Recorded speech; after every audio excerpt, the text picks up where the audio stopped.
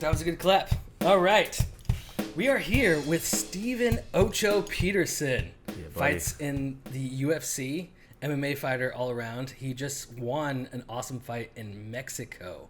That knockout was one of the coolest things I've ever seen. Can you tell me a little bit about how that... Because if you watch the footage, it seems to happen so fast. I've watched it like 30 times, by the way.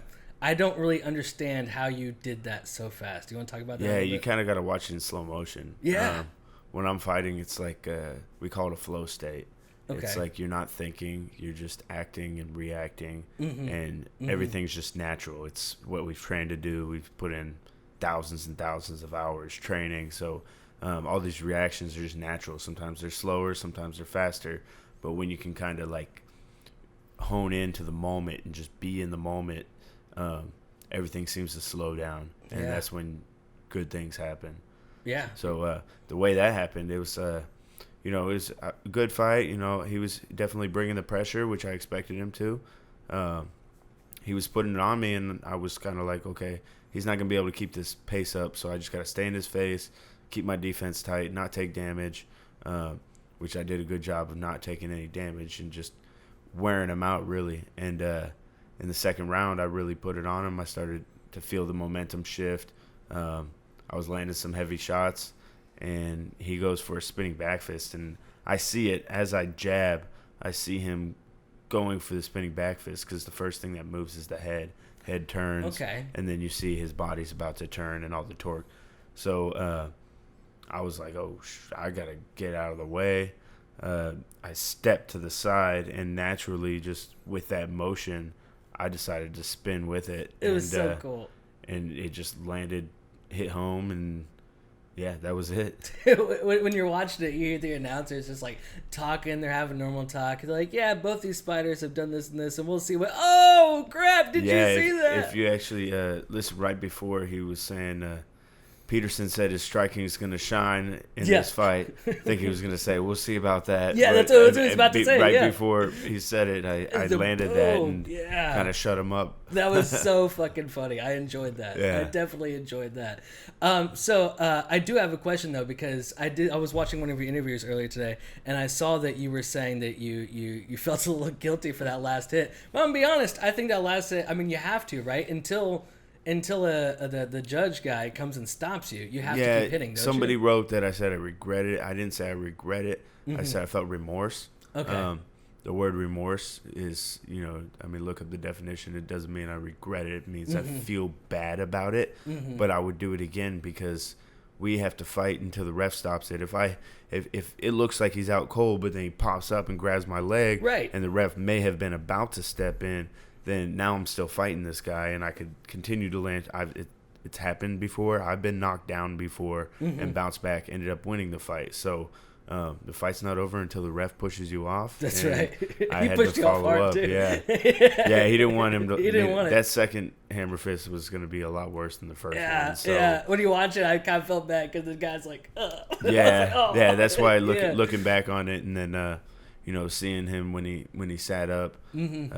Seeing his grill and just the damage that was done, I felt remorse. I was like, man, but he would have done the same thing to me. Absolutely. Yep. 100%. In the history of the UFC, if you look back at the older fights, they were a lot worse. I mean, oh God, the things that people did to each other. I mean, look at the Michael Bisping, Dan Henderson KO. Okay, what happened there? I don't know that one. He was out, and he dove on him with a freaking punch. I mean, and it wasn't dirty, but it was. You know what I mean? And that's kind of like how mine was. Some people could perceive it as a dirty shot. I perceive it as I'm fighting for my life, and I don't want that dude to get up. I 100% agree with that. I feel like it's something you have to do because that's the rules. Like, until somebody calls it, the fight's still on. Yep. That's just how I feel. So how did this whole UFC thing start? I know originally you were fighting in some other leagues, which you were the champion of and stuff. You had belts and stuff. You're featherweight, by the way, right? Yes. Yeah, so you were like featherweight champion of... I was a bantamweight champion. When I was a little younger, I was able to make 135. Okay. And as I started to age and mature and, my frame got bigger, I got stronger, it became impossible for me to continue to make that weight. So I had to move up to 145, which, later on in my career, I might move up to 155. Shoot, give me 5 years. It's going to be a hard time to make 45. So, as you age, the weight doesn't come off as easy. So, you got to move up. So what gave you the opportunity to fight in the UFC? How did that come about? I actually was fighting for LFA, which is one of the feeder leagues to the UFC. I was their bantamweight world champion. They fight people in from all over the world, high-level competition. And then after a couple setbacks, I worked my way back up through the LFA ranks. Stood out to Sean Shelby, the UFC matchmaker, and he put me on the Contender Series. Now, the Contender Series is basically like they call it the world's toughest job interview. You're basically interviewing for the UFC. And you're fighting. And you're so that's the interview. Is the fight. It's an actual bout. It's not like the Ultimate Fighter where the fights in the house really didn't count because they were exhibition fights. Mm-hmm. It's a real bout. You're fighting another high level guy. They're trying to find talent that's one, marketable, two, these guys can be potential champions, finishers, guys that stand out. So you could win the fight and still not get signed. And wow, really? Yeah. Okay. If you win in a boring way, there's five fights on the card, and they want finishes, they want entertaining fights. So I go out there and go through absolute war against Benito Lopez. He was an undefeated prospect, and end up losing a split decision, which means one judge said that I won, and two of the judges said that he won. The scores were very close, and could have gone either way, but it went to him on that night. Okay. So basically, he got signed, and they were talking and considering about signing me, and they were like, but we can't, it'd be tough to take him off a loss. Go get a win back at LFA on the local circuit, and then we'll pick you up. So I went back, got that win, got a second round TKO, and then I got signed after that. Wow. That's so cool to hear the story from coming up from these other leagues all the way up to the UFC, and now you just won your last fight. That's really good. Now, I do want to talk about a couple fights back, because I remember this when it happened. I think it was 2 fights back. I don't remember the guy's name. You'll have to remind me. He was overweight. Do you remember that? Yeah. Luis Pena. He was coming down from 155, and he didn't make the featherweight limit. I remember you were very angry about that. I remember. Yeah, it was disrespectful because I felt like he very well could have made the weight. He just didn't want to suffer enough. Yeah, he was. Yeah, he didn't even try. That's kind of the trade-off when you go down a weight class. You're gonna have to suffer a little bit more. It's gonna take from you, and then come fight night, it's how does that weigh out against your advantages? Because he had every advantage in the size, strength, length. Aside from experience, he had every advantage on paper. So I thought it was really disrespectful. He didn't attempt to make the weight, and I think I was watching that fight, and I remember at the end he came up and he was like, I want to apologize. I think he apologized to the Ocho team in particular, and said, I'm sorry about that. How did you feel about that? I thought it was too little, too late. Yeah. He should have been sorry the day of the weigh-ins. He like I said, he had every advantage. I still took the fight to him, but when there's a bigger man fighting a smaller man, every time he does something, it looks a lot more crucial. And, every time I'd hit him, hard right hand, no crowd reaction. He'd hit me and I'd block it, roars, erupt. Really? Yeah. It was almost surreal. I was just like sitting there. I was like, really? He didn't even land that. And y'all are tripping. And then I hit this right hand. I'm like, y'all didn't see that? Right. That what I mean? Was a good hit. Yeah. That was a good hit. Yeah. So I think that, kind of sways the judges a little bit. And, the impact just, Now, what was the fight you just had before this one? Who was that? The guy with the... Alex Caceres, Bruce Leroy. Okay. And, I don't want to use the word bitter, but I felt I won that fight, and I still feel I won that fight. I was looking on Twitter, and it seems like a lot of people feel you won that fight. Yeah. They call it getting robbed, and it is literally robbing because you're taking money out of money, my bank account. right. There, you know, I would have won a lot more money if I won that fight. Mm-hmm. Plus, you know, you screwed up my record, which, you know, I got enough fights to where it kind of like just, you know, blends in. It doesn't look at one loss ain't that bad, but every fight is like a win or die situation in my mind. Right. And that's how I go into the octagon. I feel like I need to win or I'm going to die, and or I'm going to die trying.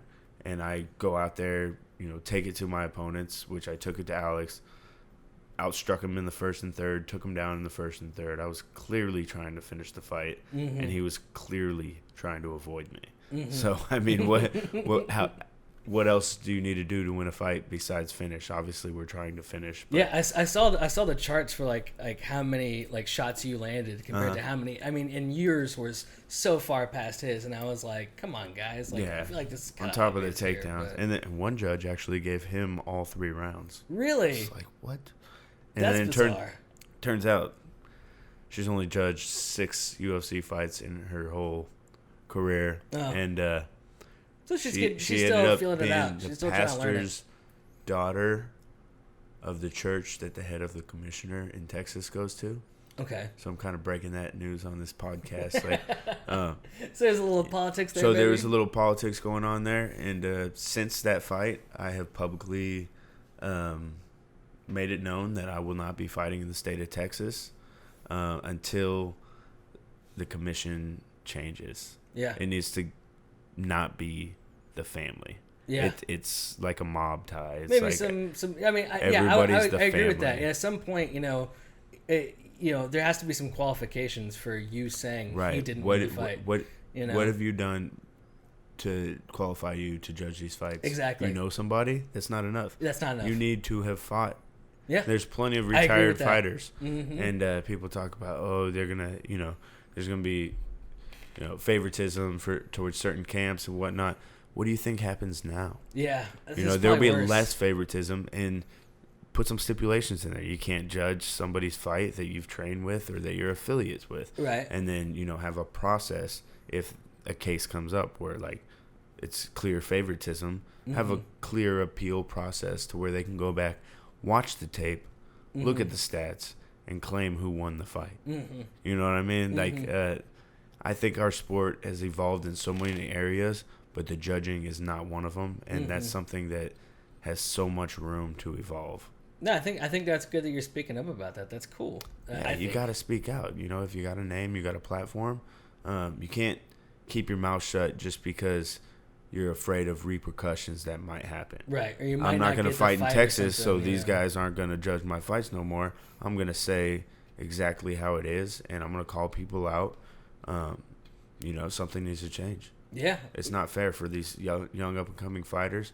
When I was a young up-and-coming fighter, I lost so many close decisions that I outstruck the dude. I took him down, and they give him a split decision. And it's like because they knew who he was, or he was, he was an older guy in the community, and I was this young up-and-coming kid that nobody knew who I was. It's like, come on now, like that's not how you score fights. Look back on the fights. You should be able to do a review. Say I got to pay like a $200 fee to have my fight reviewed. Then you have a board, sit there, who looks at it, and review the fight, all camera angles, score it, and change the decision, change the results of these fights. Obviously, the guys already got paid and whatnot, so that might not be something you can fix, but you can fix that L on the record for sure. I kind of feel that. I think that's kind of a good idea. Maybe something to think about at least. Yeah. Something that the commission needs to consider. I saw this one thing on Twitter, and I don't know if you saw it, and I was kind of curious what you thought about it. It's a little bit of a conspiracy theory, I guess you could say. But on that fight that we're talking about, there is a moment, I think, in the first round where it kind of looks like the guy taps. Did you see that at all or know anything about what I'm talking about? I feel that, but the ref wasn't stopping it, and then I switched up the choke, and I probably should. I didn't have it in deep enough, but it was more of like a tracheal choke to where you can't breathe, not to where you're gonna go unconscious. It's like a pain thing. So you don't think he was to the point of tapping, though? Maybe had a mental break and then decided not to. But in that moment, I was like, I don't have the choke in. I'm gonna switch it up, and then I grabbed his face. They call it a raping the nose, and he started screaming that I was gouging his eyes. Really? And then I got a hard warning for the ref. Really? So I lifted my hand off of his face, and then when I go back to trying to choke him, it's he's already tucked his chin, and it's gone. I was like, damn it, I just lost that moment. That was like a veteran savvy move to call foul when there was no foul, just to get me, out of the kill moment. I was in kill mindset and kind of was like, oh shit, I'm not trying to cheat. I'm trying to win, but not, not do something, not gouge his eyes out. You know what I mean? So, okay. Whenever you're training, who are you training with? And are there any particular sponsors that you work with in particular that help you out and all this stuff? Yeah, I train at Fortis MMA in Dallas. We got multiple, like 12 or 13 UFC fighters, 40 plus active pros. Wow, really? Just, super deep team, really tight. We're like family. We can lean on each other. We can trust each other. So, just having that environment, I thrive in that environment.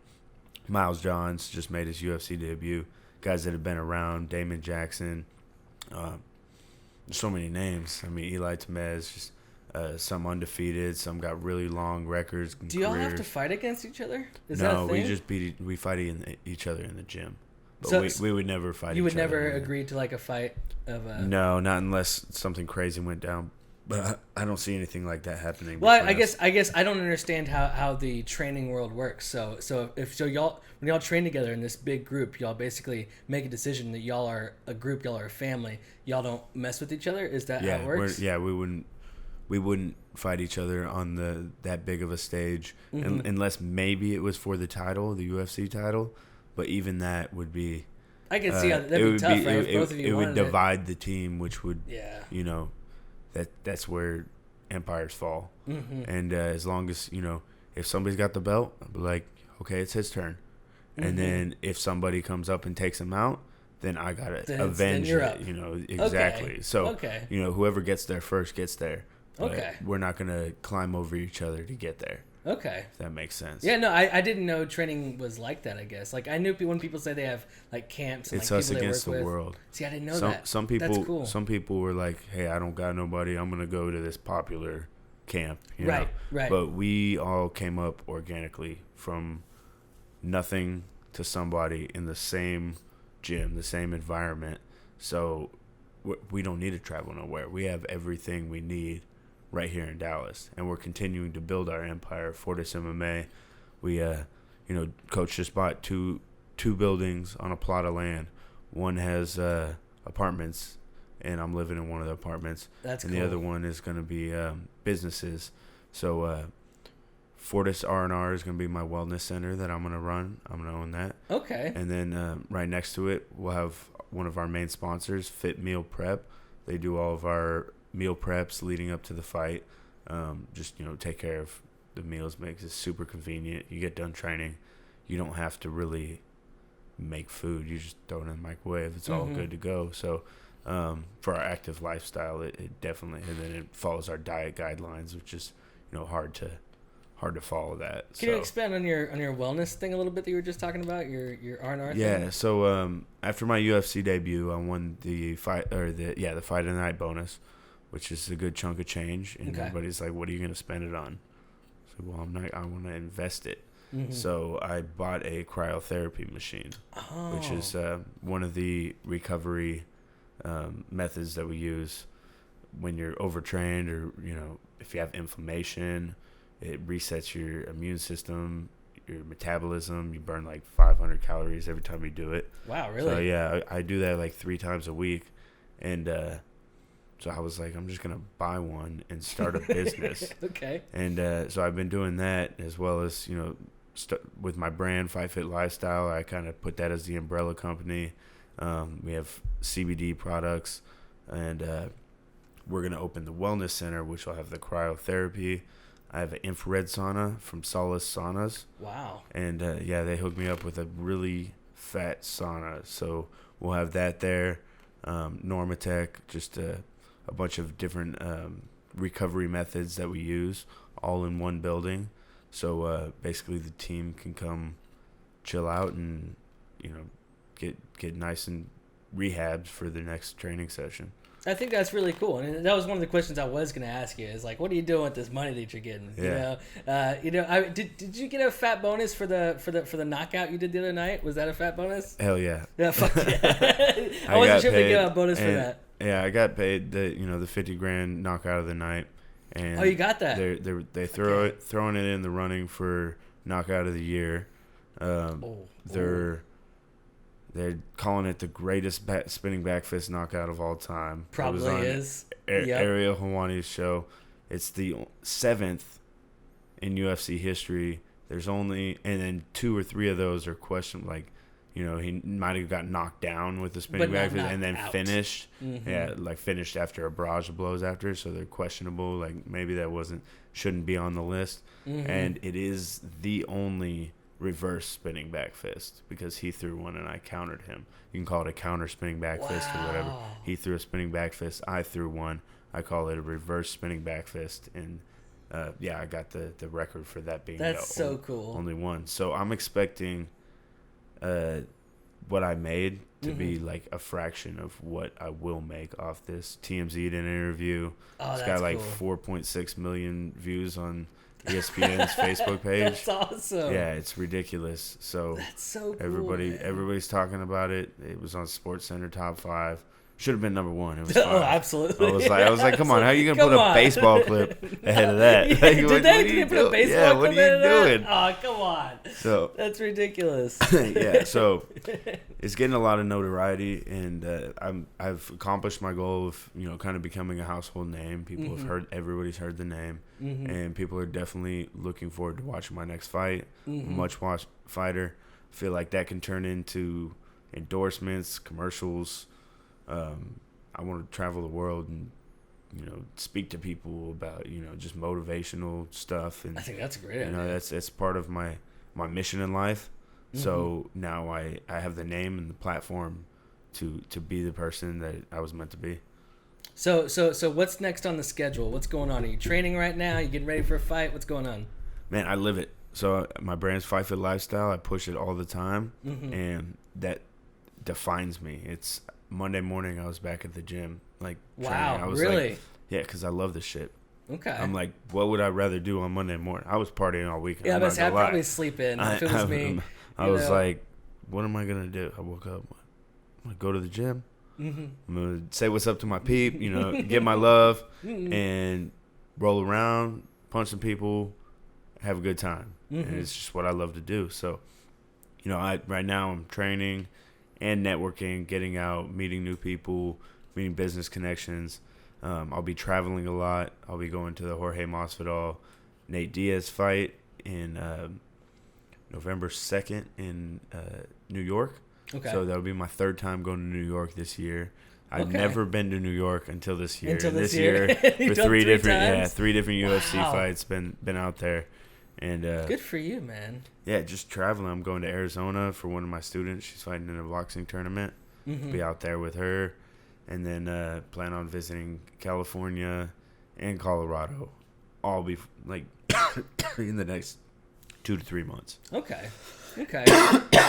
Well, hey, man, good for you. I'm really fucking proud of you, by the way. It's so cool that I've gotten to watch this whole process. And thank you so much for coming in here and talking to me, because this means a lot to me. It really does. The fact that my pleasure, came here. Man.